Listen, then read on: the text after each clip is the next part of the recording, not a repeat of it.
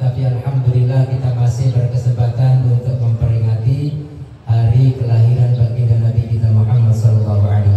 Mudah-mudahan dengan peringatan ini kita semakin mencintai Nabi kita Muhammad, semakin dapat meneladani Nabi kita Muhammad, dan kelak kita semua dikumpulkan bersama baginda Nabi kita Muhammad SAW.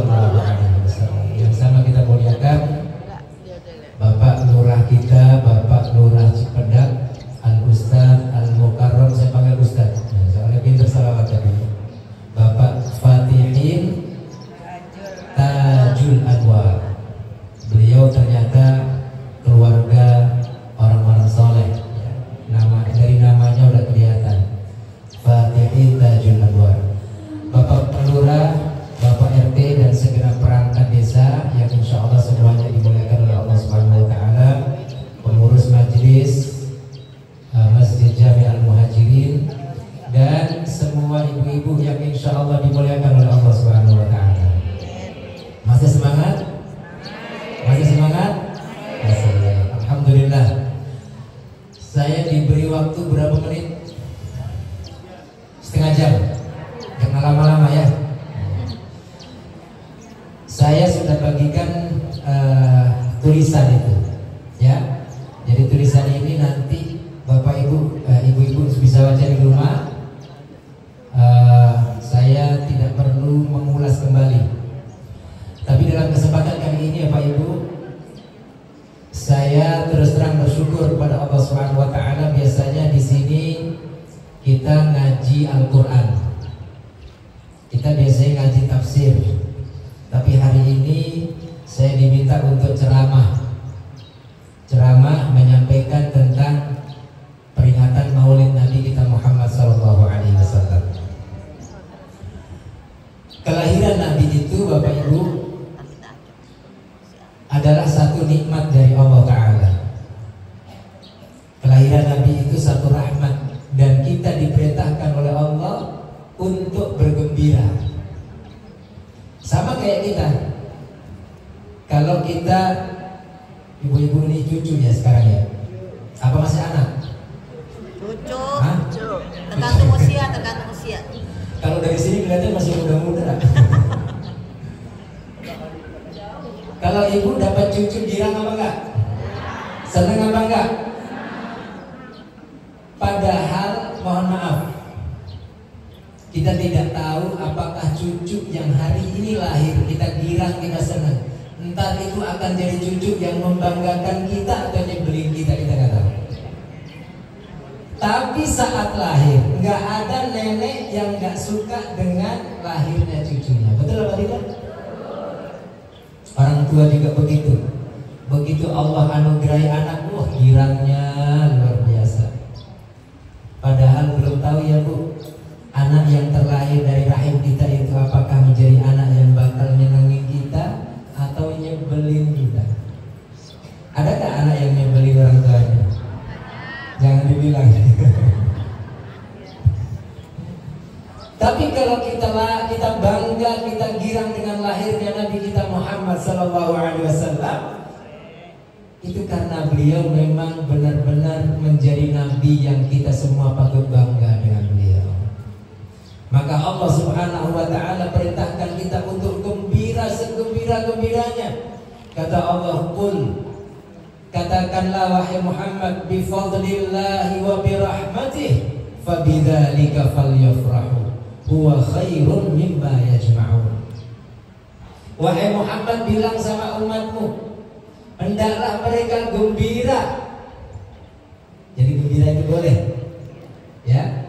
Hendaklah mereka bergembira atas apa wahai Allah? Bi fadlillah, atas karunia Allah.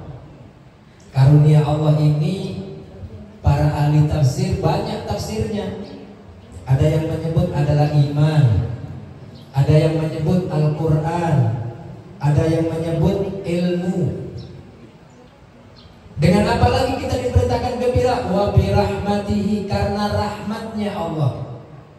Para ahli tafsir menyebut rahmatnya Allah itu maksudnya adalah lahirnya Nabi kita Muhammad sallallahu alaihi wasallam. Kata Allah, bergembiralah karena bergembiralah karena karunia Allah. Bergembira dengan karunia dan rahmat Allah ini jauh lebih baik ketimbang kita punya dunia dan seisinya. Allahu Akbar. Jadi kalau kita punya rumah baru, gira nggak Bu? Punya mobil baru, gira nggak Bu? Punya suami? Punya suami baru, ya. Punya anak baru, punya cucu baru, wah girang masya Allah. Punya anak baru maksudnya punya mantu ya Bu ya. Girang ya Bu ya? Girang. Tapi kata Allah, kegembiraan kita dengan dunia tidak ada artinya apa-apa dibanding anugerah Allah dan rahmatnya, yaitu Nabi kita Muhammad Sallallahu Alaihi Wasallam. Makanya di Jakarta ini walaupun bulan Maulid udah berlalu, orang masih aja bikin apa namanya peringatan Maulid, saking girangnya. Bagaimana tidak? 6 abad sebelum beliau lahir, Nabi Isa alaihissalam pun gembira menyampaikan kabar gembira itu kepada Bani Israel. Allah catat peristiwa ini dalam Al-Quran. Wa idh qala Isa bin Maryam ya Bani Israel inni Rasulullah ilaikum musaddiqan lima baina yadayya minat Taurat. Ingatlah ketika Isa ibnu Maryam, Bu, di Al-Quran itu gak ada nama perempuan. Satu-satunya nama perempuan yang disebut oleh Al-Quran adalah Maryam. Ibu tahu kenapa? Tradisi di Arab itu aib kalau menyebut nama perempuan di depan umum. Makanya kalau ada perempuan punya anak disebut Ummu Fulan gitu ya, Ummu Fulana gitu. Gak disebut namanya. Tapi ada satu hal yang di dalam Al-Quran dalam tanda kutip sampai kepaksa menyebut namanya, yaitu Maryam. Maryam laki perempuan? Ibu cari deh dari suratul Fatihah sampai surat An-Nas, ada nggak nama perempuan disebut dalam Quran? Ada nggak? Gak ada, cuma Maryam saja. Ketika Quran cerita tentang Asia, istrinya Fir'aun, Quran bilang imra'atu Fir'aun. Ketika Quran cerita tentang istrinya Nabi Nuh yang durhaka, Quran bilang imra'atu Nuh.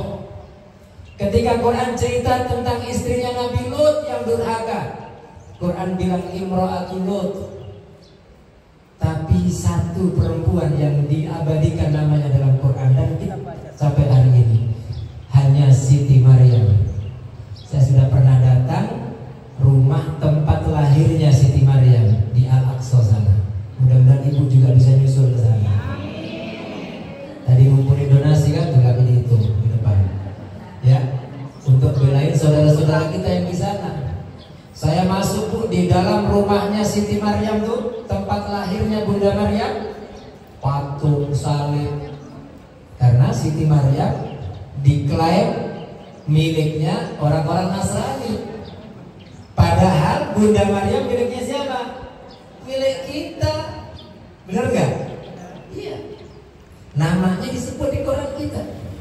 Kenapa namanya disebut? Kata para ahli tafsir, karena Allah ingin membantah tuduhan orang-orang yang menganggap Isa anak Allah. Allah ingin mengatakan Isa bukan anakku, Isa itu anaknya Maryam. Makanya namanya disebut Isa ibnu Maryam. Coba Bu kalau bandingin dengan nama-nama nabi yang lain, ada nggak yang disebutkan bapaknya? Adam bin siapa? Ada di Quran. Emang nggak punya bapak kan? Ya. Nabi Nuh punya bapak, nggak disebutin nama bapaknya. Ibrahim, Ishak, Yakub, Yusuf, Shu'aib, Harun, Musa, Ilyas, Ilyasa, Yunus, Zakaria, Yahya, sampai Nabi kita Muhammad gak ada yang disebutkan binnya. Cuma satu-satunya Nabi yang disebutkan binnya cuma siapa? Isa. Untuk apa? Untuk membantah tuduhan orang-orang yang mengatakan bahwa Isa anaknya Tuhan. Allah. Bukan, Isa anaknya Maryam. Makanya di ayat ini disebut wa idh qala Isa bin Maryam. Ingatlah ketika Isa ibnu Maryam berkata, ya Bani Israel, wahai Bani Israel, inni Rasulullah ilaikum, sesungguhnya aku adalah utusan Allah kepada kalian, musaddiqan lima baina yadayya minat Taurat. Aku datang membawa kitab suci yang membenarkan kitab kalian, yaitu Taurat. Lalu berikutnya Isa berkata, wa mubasysyiran bi rasulin ya'ti min ba'di ismuhu Ahmad. Dan aku datang membawa kabar gembira untuk kalian dengan datangnya seorang rasul yang namanya Ahmad. Subhanallah. Jadi Nabi kita itu belum lahir 500 tahun berikutnya, tapi namanya sudah ada, sallallahu alaihi wasallam. Ya. Disampaikan kabar gembira itu oleh Nabi Isa alaihissalam. Bahkan jauh sebelum Nabi Isa, ketika Nabiullah Ibrahim alaihissalam dan putranya Nabi Ismail membangun Ka'bah, beliau berdoa kepada Allah, Rabbana wa ba'ats fihim rasulan min anfusihim yatlu 'alaihim ayatika wa yu'allimuhumul kitaba wal hikmata wa yuzakkihim innaka antal azizul hakim. Nabi kita Muhammad itu adalah hasil dari doanya Nabi Ibrahim alaihissalam. Nabi Ibrahim berdoa, ya Allah, putuslah dari kalangan mereka seorang rasul yang telah akan membacakan ayat-ayat-Mu, yang telah akan mengajarkan kepada mereka ayat-ayat-Mu dan mensucikan mereka. Innaka antal azizul hakim, sesungguhnya Engkau adalah zat yang maha perkasa dan maha bijaksana. Maka Allah pun kabulkan doa Nabi Ibrahim dengan diutusnya Nabi kita Muhammad sallallahu alaihi wasallam. Maka kita patut bergembira karena Nabi kita Muhammad sallallahu alaihi wasallam adalah merupakan rahmat dan nikmat terbesar yang diberikan oleh Allah kepada kita umatnya. Maka hari ini kita peringati sebagai bentuk kegembiraan kita. Tapi kegembiraan yang dibenarkan di dalam agama kita adalah kegembiraan yang mengandung kesyukuran dan kenikmatan serta ketakwaan kepada Allah Subhanahu wa ta'ala. Kegembiraan bukan seperti layaknya orang-orang gembira yang diisi dengan euforia, tapi kegembiraan yang diisi dengan ketaatan kepada Allah Subhanahu wa ta'ala dalam majlis ilmu di dalam masjid kita yang mulia ini. Maka kegembiraan kita ungkapkan dengan meneladani dan mencintai Nabi Sallallahu Alaihi Wasallam. Banyak dari kehidupan Nabi, mulai dari lahirnya sampai beliau Sallallahu Alaihi Wasallam meninggal, kehidupan beliau penuh dengan keteladanan. Semua pola hidup Nabi Sallallahu Alaihi Wasallam, dari bangun tidur sampai tidur lagi, semuanya adalah apa? Teladan. Tapi di antara akhlak Nabi, Bu, yang paling menonjol, dan karena itu beliau diutus oleh Allah, adalah sifat kasih sayangnya. Sifat kasih sayangnya beliau seperti dikatakan oleh Allah dalam Al-Quran, wa ma arsalnaka illa rahmatan lil alamin. Dan kami tidak mengutusmu wahai Muhammad kecuali untuk menjadi apa? Rahmat, kasih sayang bagi seluruh alam. Bagi seluruh alam artinya Nabi itu bukan hanya rahmat bagi kita yang beriman saja, tapi beliau rahmat juga bagi mereka yang tidak beriman. Bagi mereka yang tidak beriman saat Nabi diutus, bahwa Allah tidak menurunkan azab kepada mereka, itu bukti bahwa Nabi rahmat. Ketika Nabi berdakwah, Nabi Shallallahu Alaihi Wasallam kemudian ditantang sama kaum Muhammad, kalau engkau benar seorang nabi, turunkan hujan. Ya, kayak kita lagi panas minta hujan. Tapi mereka bukan minta hujan air, mereka minta hujan batu.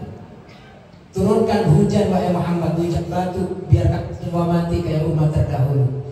Nabi SAW terdiam. Nabi tidak komentar, karena kalau Nabi bilang iya, kira-kira hujan batu turun apa enggak? Turun. Maka Allah Subhanahu wa taala yang menjawab tantangan mereka. Kata Allah, "Wa ma kana Allahu liyu'adzibahum wa anta fihim, wa ma kana Allahu mu'adzibahum wa hum yastaghfirun."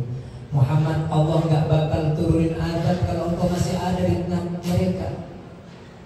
Jadi Allah kesegan nurunin azab kalau di situ ada baginda Nabi kita Muhammad sallallahu alaihi wasallam. Maka keberadaan Nabi sallallahu alaihi wasallam benar-benar menjadi rahmat bagi orang-orang di sekitarnya, sekalipun mereka durhaka kepada beliau. Beda sama nabi-nabi dulu, Bu. Nabi Nuh, kaumnya diadab. Nabi Nuh lihat? Lihat. Nabi Lut, kaumnya diadab. Nabi Lut lihat. Tapi Nabi Muhammad SAW, Allah tidak ingin beliau melihat kaumnya diadab. Kita ya Bu ya, kita orang tua nih, punya anak, naudzubillah ya. Misalnya kemudian anak itu nakal gitu, setiap dinasihati bantah misalnya, bikin kita orang tua sakit hati, bikin kita orang tua kesel ya. Kemudian nih anak satu saat tiba-tiba datang kepada kita dengar kabar bahwa anak kita, maaf, misalnya mengalami satu kecelakaan. Kita orang tua yang udah kesel, udah dongkol, kira-kira kita masih punya rasa iba apa tidak? Biarpun tuh anak nakal bikin kita sakit hati, kalau kita dengar dia celaka, kita masih sakit, kita masih punya rasa iba. Maka Nabi SAW, Allah tidak pengen beliau punya rasa iba karena melihat kaumnya diadab. Maka beliau SAW oleh Allah Subhanahu wa taala diistimewakan dibanding dengan nabi-nabi yang lain. Beliau tidak boleh melihat umatnya diadab biar beliau tidak sedih. Maka kata Allah, ketika Nabi SAW ditantang, Allah menjawab, "Gak bakal saya turunin azab," kata Allah. "Wa ma kana Allahu mu'adzibahum wa hum yastaghfirun." Dan Allah pun gak bakal turunkan azab kalau mereka masih mau beristighfar. Kalau kita mau beristighfar, maka insya Allah kita akan terbebas dari azabnya Allah. Dua syarat kita bisa menolak azab Allah: satu, keberadaan Rasulullah; yang kedua, dengan memperbanyak istighfar ya. Begitulah Nabi kita Muhammad SAW, rahmat bagi seluruh manusia, bukan hanya bagi kita yang beriman. Kalau bagi kita yang beriman jelas, beliau SAW dengan keberadaannya, dengan ajarannya membuat kita insya Allah bahagia di dunia dan di akhirat. Itulah rahmatnya Nabi SAW dalam kehidupan beliau sehari-hari. Nabi kita Muhammad SAW dirasakan sebagai orang yang benar-benar penuh dengan rahmat dan kasih sayang. Beliau adalah rahmat saat tampil sebagai seorang guru.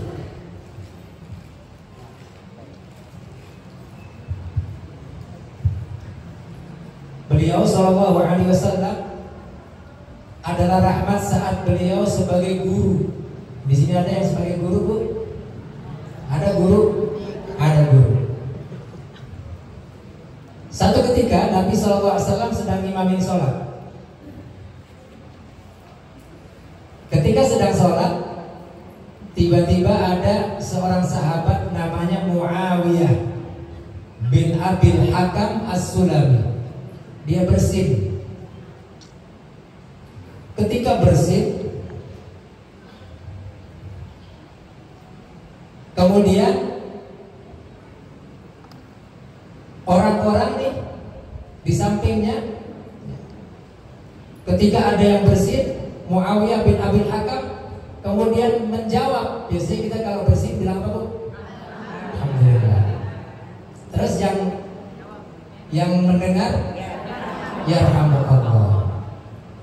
Ini dalam sholat Boleh nggak kita begitu Bu? Kalau lagi sholat misalnya saya bersin, saya boleh nggak bilang alhamdulillah? Boleh. Tapi yang sebelah saya nggak boleh jawab. Paham Ibu? Di awal-awal Islam, ini Muawiyah bin Abil Hakam ini ketika ada yang bersin, dia bilang yarhamukallah katanya. Dengan suara keras ya. Lagi sholat nih. Maka ketika dia bilang yarhamukallah, mudah-mudahan Allah merahmatimu. Ini sahabat-sahabat lain yang di shaf yang sama, dia noleh. Pada noleh ke Muawiyah, melototin Muawiyah. Ini sholat dulu ya, bukan sholat sekarang ya. Di awal-awal Islam, ketika mereka melototin Muawiyah, Muawiyah sewot. Masa aku tentang dulu la ilayya. Ini ngomong bahasa Arab tapi bahasa Indonesianya begini. Sialan kalian ngapain melototin aneh katanya. Dalam sholat ini Bu, ribut mereka. Padahal Nabi sedang apa? Sedang ngimami. Akhirnya karena Muawiyah semakin ribut, orang-orang akhirnya menepukkan tangannya di paha begini. Pertanda supaya Muawiyah diam loh, berisik gitu ya. Akhirnya diamlah Muawiyah. Selesai sholat, kira-kira Nabi nggak marah nggak? Dengar orang berisik marah nggak Nabi? Sallallahu alaihi wasallam. Kita kalau lagi sholat dengar handphone bunyi marah nggak Bu? Hah? Kita lagi sholat, tahu-tahu ada handphone salah satu dari kita lagi sholat di pengajian dah begini. Misalnya handphonenya taunya derinnya lagu apa Bu?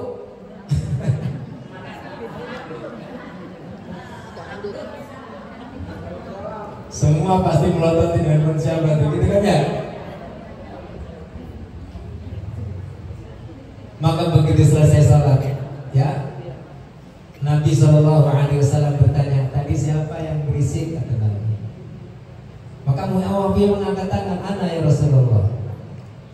Udnu mini, sini dekat ke saya katanya. Muawiyah bercerita, walladzi nafsi biyadihi, demi yang jiwaku dalam genggamannya, saya belum pernah mendapati seorang guru yang lebih baik dari Rasulullah. Wallahi ma kaharani, demi Allah sedikit pun beliau tidak membentakku. Wala darabani, tidak memukulku. Wala syatamani, dan tidak mencelaku. Beliau cuma bilang, ya Muawiyah, wahai Muawiyah, inna sholata la yasluhu fiha syai'un min kalamin nas. Muawiyah, besok-besok kalau sholat yang berisik ya. Kalau lagi sholat kita nggak boleh ngobrol. Ya, ulangi nggak sholatku? Sholat ngobrol, begitu nggak Nabi? Bukan Nabi saudara, masya Allah. Dia santun didiknya tuh. Beliau bilang inna sholata la yasluhu fiha syai'un min kalamin nas. Kalau lagi sholat kita nggak boleh ngobrol. Innama hiya tasbih wa dzikr wa qiraatul Quran. Kita kalau lagi sholat itu isinya cuma 3: bertasbih, berzikir, dan membaca Al-Quran. Itu isinya sholat. Maka Muawiyah sangat berkesan dengan apa yang diajarkan oleh Nabi SAW. Dan ketika ada seorang badui, ingat ya Bu, yang masuk ke dalam masjid, tahu-tahu nyari pojokan terus ngapain? Subhanallah. Coba kalau ujuk-ujuk ada orang masuk itu mau kucing di pojokan, kira-kira kita ngamuk nggak? Ngamuk lah.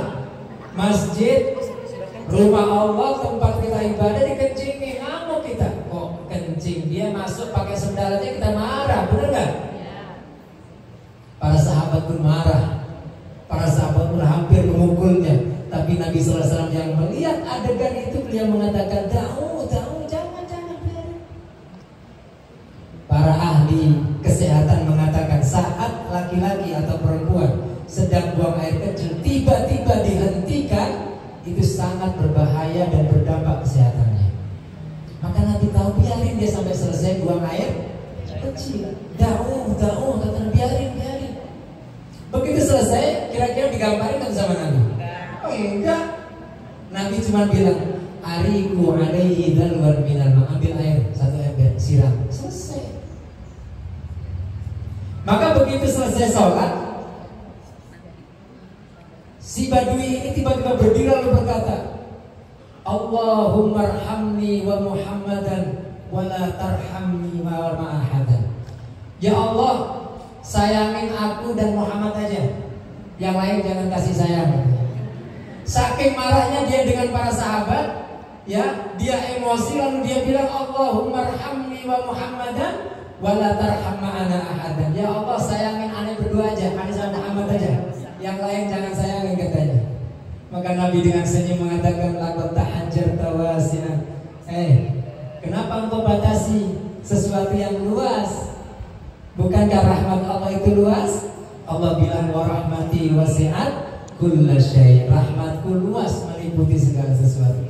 Begitu Nabi SAW sebagai seorang guru, beliau didik dengan santun, beliau mendidik dengan ramah, beliau mendidik dengan kata-kata yang bijak. Bu, Fatimah itu rumahnya bersebelahan sama Aisyah.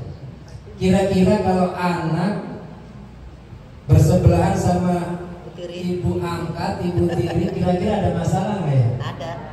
Hah? Ada. Ada masalah nggak, Bu? Ada. Hah? Ini ibu yang ngomong ya. Ibu kalau kita ke Madinah, di Raudhah sebelahnya itu kan ada rumah besar ya, tempat semayam jasad Nabi kita Muhammad SAW. Itu yang sebelah, yang sekarang jadi makam beliau adalah rumahnya Aisyah dulu. Sebelahnya itu rumah putrinya Fatimah dan Ali, jadi bersebelahan rumahnya. Kadang-kadang Nabi bangun malam, ngetok-ngetok pintunya, Ali, Fatimah bangun tahajud gitu. Satu ketika, ini cerita nih, Bu. Dan bagaimana Nabi memposisikan diri beliau itu dengan penuh bijak. Saat Fatimah pernah berantem sama Aisyah. Kira-kira Aisyah sama Fatimah tuan mana, Bu? Hah? Tahu gak? Aisyah itu dinikahi Nabi umur berapa? Umur 6 tahun. Dikumpulin Nabi umur 9 tahun. Ditinggal Nabi umur 18 tahun. Beliau wafat umur 68 tahun, jadi menjanda. Berapa tahun tuh? Di sini ada yang sudah ditinggal suaminya? Jangan sedih ya, Aisyah lebih lama ditinggal Rasulullah. Kalau ibu ditinggal suami boleh nikah lagi nggak? Jawab yang kencang. Kalau istri Nabi nggak boleh, Bu. Istri Nabi itu Aisyah itu umur 18 tahun, lagi gagah-gagahnya, lagi cakep-cakepnya. Tapi Allah turunkan ayat haram hukumnya menikahi istri baginda Nabi SAW. Karena istri Nabi nanti bakal jadi istrinya Rasulullah di mana? Di surga. Maka nggak boleh bekas orang lain. Aisyah itu karena usianya masih sangat muda, wajar kadang-kadang itu berantem. Ya, maklum kata gitu kalau bahasa kita. Udah ompong, peot, Lupa. itu, Bu. Jadi Bunda Aisyah ini cerita. Kita ingin mengangkat bagaimana sosok Nabi itu berdiri di tengah antara anak dengan istri. Jadi Aisyah ngatain siapa? Fatimah. Maksudnya Khadijah. Khadijah itu kan nikah sama Nabi umur berapa, Bu? 40. Umur 40. Kemudian ditinggal Rasulullah SAW umur berapa? Hah? Berapa, Bu? Hah? Ya, nggak tahu. Tadi kan dibaca riwayat Maulid kan ya? Ada nggak tuh? Jadi Nabi SAW menikah sama Khadijah umurnya 25. Ya, 25. Kemudian diangkat jadi Nabi umur berapa? 40. Berapa tahun tuh berarti? 15. Lalu Nabi dakwah di Mekah berapa tahun? Dakwah di Mekah berapa tahun? 13 tahun. Berarti umur berapa? Nabi SAW umur berapa tuh? 8. Hah? 40 tambah 13 berapa? 53. Hah? 53. 53. Tadi selisihnya berapa tahun dengan Khadijah tadi? Berarti umurnya berapa Khadijah meninggal? Hah? 60? Hah? 60. Saya ulangi ya, bingung. Biasanya orang perempuan paling pintar loh ngitung-ngitung. Kayaknya udah lama ya, udah lama nggak ngitung ya. Hah? Udah lama nggak ngitung ya. Nabi menikah dengan Khadijah umur 25 tahun. Khadijah umurnya berapa? 40. Nabi diangkat sebagai Nabi umur 40. Berarti saat Nabi diangkat sebagai Rasulullah, umur Khadijah berapa tahun? 40 tambah 15 berapa? 55. Hah? 55 tambah 13 tahun berapa? 68. Nah, pinter sekarang. Itu karenanya Bunda Aisyah ngatainnya begitu karena ngerasa beliau masih muda, gadis gitu ya. Ah, maklum katanya. Gitu bahasanya. Jadi nikah sama Nabi, status Nabi itu jejaka. Statusnya Khadijah janda. Dikatain sama Bunda Aisyah. Maka nangislah Fatimah karena ngerasa mamanya dikatain. Apa bilang Nabi kira-kira? Emang begitu? Bukan begitu. Nabi dia bilang begitu nggak? Enggak. Emang benar? Bukan. Nabi bilang begini, Bu. Ya kalau saat Abah menikah dengan Bunda, dengan Khadijah, Baba atau Abah adalah jejaka. Saat Abah menikah dengan Bunda Aisyah, Abah duda. Paham gak, Bu? Iya. Kalau dulu menikah dengan ibumu, dengan Khadijah, jaka. Ya, Baba adalah apa? Jejaka. Tapi saat menikah dengan Bunda Aisyah, Baba sudah apa? Duda. Sudah duda. Jadi satu-satu. Jadi Aisyah gak boleh bangga dengan kegadisannya lalu ngatain Bunda Khadijah. Karena status Nabi SAW saat menikah dengan Bunda Aisyah sudah apa? Sudah duda. Maka tersenyumlah Sayyidah Fatimah mendengar jawaban Nabi SAW. Jawaban yang cerdas dari seorang ayah. Tidak menyakiti istrinya, tidak juga menyakiti putrinya Sallallahu Alaihi Wasallam. Nabi itu benar-benar tutur katanya santun, ya Bu. Kayak suami ibu di rumah kan begitu kan? Ya, kalau ngomong gak pernah ngangkat suara gitu Ibu ya? Hah? Ibu juga kan begitu kan? Iya, benar begitu. Bu, Khadijah itu Bu, satu-satunya manusia di muka bumi ini yang pernah mendapat kiriman salam dari Allah. Subhanallah. Ibu kalau dapat kiriman salam dari Pak Anies gila nggak? Udah jauh banget dari Pak Lurah aja. Pak Anies berbunga-bunga. Seneng ya Bu ya? Dapat kirim salam dari Pak Anies, waduh, nyohor kita. Bilang pasti benar Bu. Masya Allah. Bagaimana dengan Khadijah yang pernah mendapatkan kirim salam dari Allah Subhanahu wa Ta'ala? Maka kata Nabi Sallallahu Alaihi Wasallam, khairu nisa'il alamin thalatha. Sebaik-baik perempuan di alam dunia ini dari sejak dulu sampai hari kiamat cuma 3, kata Nabi Sallallahu Alaihi Wasallam. Imra'atu Fir'aun, Asia, yaitu pertama adalah Asia istrinya Fir'aun. Kemudian yang kedua adalah siapa? Maryam binti Imran. Kemudian yang ketiga adalah Khadijah binti Khuwailid. Sayyidah Khadijah, ya, meskipun usianya terpaut jauh dengan Nabi SAW, tapi beliau bisa mengimbangi Nabi SAW. Dan Nabi SAW, ya, membuat Khadijah benar-benar. Khadijah itu dinikahi Nabi SAW sudah 2 kali menjanda dan punya anak. Dan Khadijah merasakan benar-benar akhlak Nabi SAW yang membuat beliau begitu hangat di dalam pelukannya. Sehingga Nabi SAW apapun yang dilakukan Nabi tidak pernah Khadijah protes. Mau kemana sih Bang? Mau kemana sih Bang? Pengennya kan Bu ya, kalau orang perempuan katanya nih suaminya itu pengennya ngetem di rumah, benar Bu? Jangan Kemana-mana ya. Nabi itu ya, coba bayangin, Nabi itu keluar rumah bukan mau kerja, tapi Nabi keluar rumah mau melakukan sesuatu yang gak jelas, mau bersemedi. Bersemedi bu, bersemedi di atas gua di Jabal Nur, di gua apa bu namanya? Gua Hira. Pernah nggak kira-kira nih Khadijah protes, ngapain sih bang? Capek-capek naik gunung, nanti turun balik lagi ngapain? Kira-kira ibu begitu nggak kalau suaminya pergi gitu misalnya nggak jelas?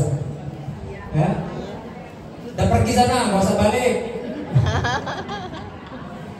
Khadijah itu dibekelin bu, masya Allah. Begitu pulang habis bekelnya dibekelin lagi dan nggak pernah nanya. Kata para ahli tafsir mengatakan, kenapa Khadijah dijanjikan oleh Allah dengan surga yang disifati sifatnya la nasaba fiha wala sakhab, surga yang tidak ada kelelahan dan tidak ada kebisingan. Dua, karena Khadijah saat di dunia pun capek bu, capek ngurusin anak, capek ngurusin suami, capek ngurusin kerjaan. Allah janjikan surga yang tidak ada letihnya di sana. Yang kedua, Allah janjikan surga yang nggak ada kebisingan. Kenapa? Karena di dunia tidak pernah sedikit pun Khadijah berani mengangkat suaranya di depan baginda Nabi Shallallahu Alaihi Wasallam. Mudah-mudahan kita sepulang dari sini oleh-oleh ini kita bawa, karena suami kita adalah apa? Pintu surga kita. Kalau kita anak, orang tua kita. Tapi kalau kita laki, istri, maka itulah surga kita. Ya, bagi seorang suami, istrinya adalah surganya. Bagi seorang istri, suaminya adalah surganya. Maka mudah-mudahan sepulang dari sini kita semua mendapatkan oleh-oleh dari kehidupan Nabi SAW untuk kita terapkan dalam kehidupan kita sehari-hari. Ya, ibu sekalian yang dimuliakan Allah Subhanahu Wa Taala, kisah-kisah tentang kasih sayang Nabi SAW ya disebutkan banyak sekali. Bahkan Nabi kita Muhammad SAW terhadap orang yang pelaku maksiat pun beliau tidak pernah marah. Orang ada laki-laki di zaman Nabi ya, kehidupan orang-orang jahiliyah dulu itu gak jauh dari namanya minuman keras sama main perempuan, mohon maaf. Sehingga ketika sudah masuk Islam sekalipun masih ada orang datang kepada Nabi. Nah, ini kisah ini memang lucu, tapi itulah terjadi. Datang kepada Nabi lalu bilang, ya Rasulullah idzan li bizina. Wahai Rasulullah, izinkan saya untuk berzina. Subhanallah. Laki-laki datang izin, minta apa? Diizinkan berbuat zina. Kira-kira Nabi marah nggak? Kurang ajar loh. Sahabat semua yang marah. Betapa laki-laki ini tidak tahu sopan santun, di depan Nabi izin minta apa? Berbuat zina. Tapi Nabi SAW dengan tenang beliau mengatakan, udhuni di sini duduk di depan saya. Lalu beliau mengatakan, atardahu li ummi. Gimana? Kalau ada orang mau berzina dengan ibumu boleh enggak? Lah ya Rasulullah, enggak bakal aku izin ya Rasulullah. Kata Nabi, begitu juga orang lain. Enggak ada yang ridho kalau ibunya diajak berzina denganmu. Atardahu li ibnatik. Kamu boleh enggak kalau anak perempuanmu diajak berzina oleh orang lain? Enggak wahai Rasulullah. Begitu juga orang lain gak akan ridho anaknya diajak berzina dengan kamu. Atardahu li khalatik, boleh gak? Apakah engkau ridho bibimu? Apakah engkau ridho orang lain? Semua dia jawab tidak wahai Rasulullah. Maka Nabi SAW kemudian meletakkan tangannya di dadanya laki-laki tersebut seraya mengatakan, Allahumma tahhir qalba wa hassin farja. Nabi begini bu, ini ibu boleh praktekin ya, di dadanya begini. Terus beliau bilang, Allahumma tahhir qalba wa hassin farja. Ya Allah, lindungilah atau sucikanlah hatinya laki-laki ini dan peliharalah kehormatannya. Bu, hari ini kita punya anak-anak, punya cucu, susah kontrolnya, benar ya Bu ya. Mereka punya dunianya sendiri yang kita tidak tahu. Sesekali ibu boleh ya pegang dadanya begini dengan tangan ibu, terus bilang sama Allah, Allahumma, ikutin saya, Allahumma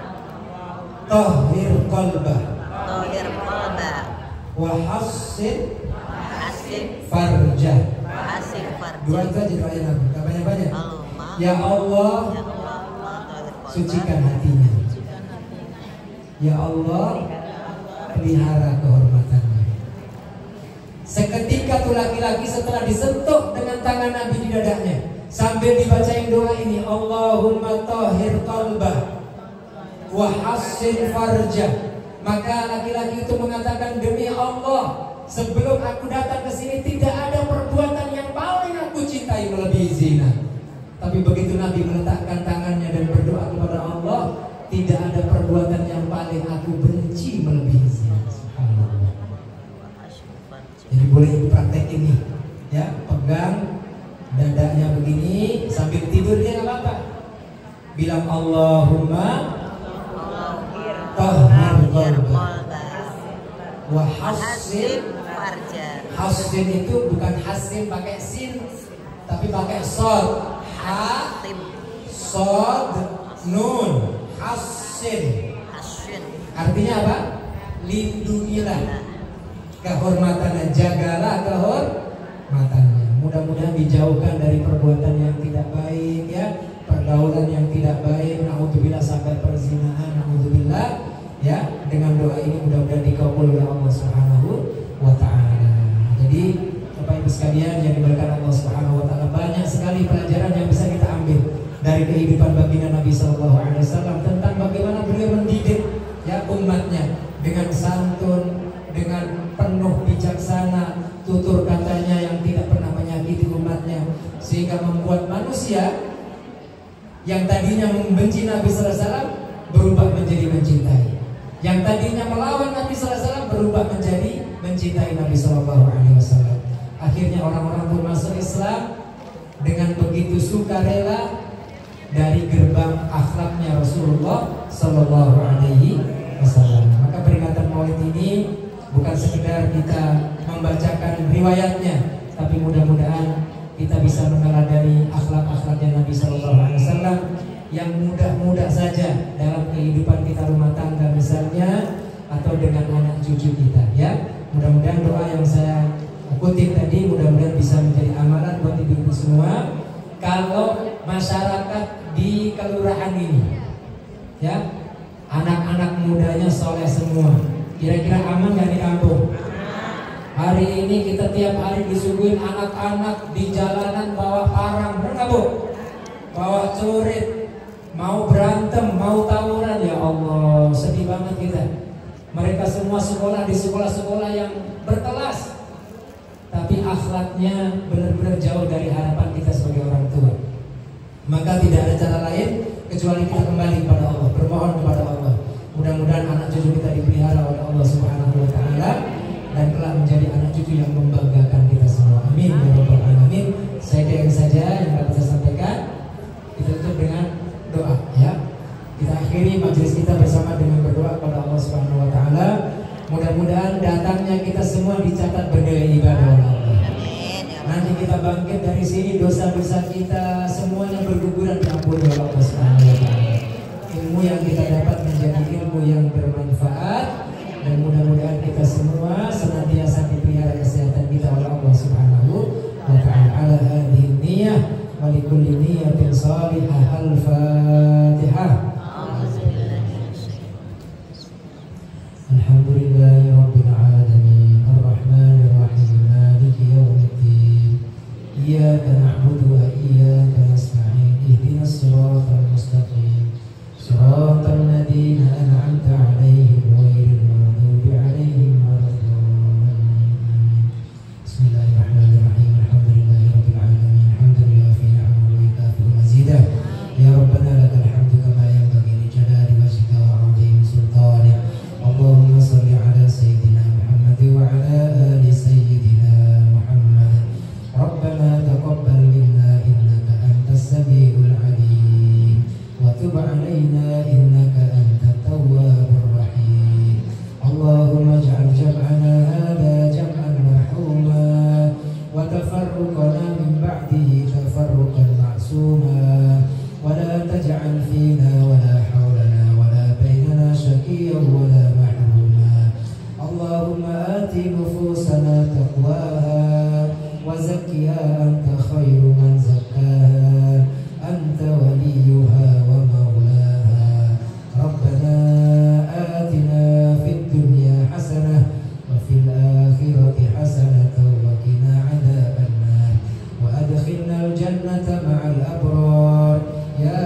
عزيز يا غفار يا رب العالمين.